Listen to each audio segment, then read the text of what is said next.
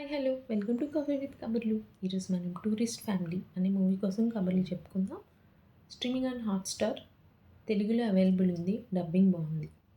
నాకైతే మూవీ చాలా బాగా నచ్చిందండి. భలే అనిపించింది. చాలా రోజుల తర్వాత ఒక మంచి మూవీ చూసానన్న ఫీలింగ్ వచ్చింది.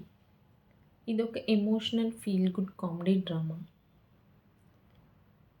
ఇంకాసేపు ఉంటే బాగుండు అనిపించిందండి. సిరీస్‌లా ఒక 10 ఎపిసోడ్స్ పెట్టి ఉన్నా సరే చూడాలనిపించేలా ఉంది నాకు ఈ మూవీ. నాకెందుకో అంత నచ్చింది. క్లీన్ కామెడీ ఉంది. బ్యూటిఫుల్ ఎమోషనల్ సీన్స్ ఉన్నాయి. ఎక్కడ బోర్ కొట్టదు. Simple characters but natural performance. నాకెందుకో ఈ మూవీ చూస్తుంటే రేలంగి మావయ్య ఫ్లాష్ బ్యాక్ స్టోరీలా ఉందండి. Actually same family మెంబర్సే.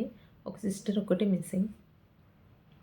స్టోరీ ఏంటంటే శ్రీలంక నుండి ఒక శ్రీలంకన్ తమిళ్ ఫ్యామిలీ ఇల్లీగల్‌గా తమిళనాడు వస్తుంది. తర్వాత వాళ్ళేం చేశారు?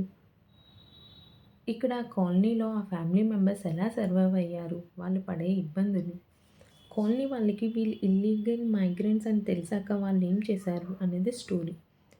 ఫ్యామిలీలో అందరి పర్ఫార్మెన్స్ బాగుంది. ఎస్పెషల్లీ ఆ చిన్న అబ్బాయి భలే క్యూట్‌గా చేశాడండి. మధ్యలో యాక్చువల్లీ ఒక సీన్ ఉంటుంది. ఫుల్ ఎమోషనల్ సీన్ ఉంటుంది. కళ్ళల్లో మనకు అలా నీళ్ళు తిరిగిపోతాయి. వెంటనే ఈ పిల్లాడు వచ్చి ఫుల్ కామెడీ చేస్తాడు. ఈ మూవీలో అదే స్పెషాలిటీ.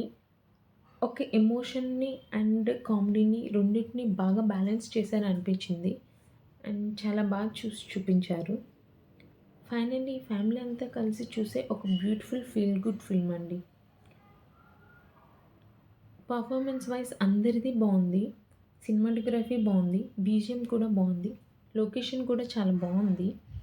సాంగ్స్ వినడానికంటే చూడడానికైతే బాగున్నాయి. సో ఫైనల్లీ జాతి, మతం, ప్రాంతం వీటన్నిటికి మించిన మరో అద్భుతం మానవత్వం అని చూపించారు.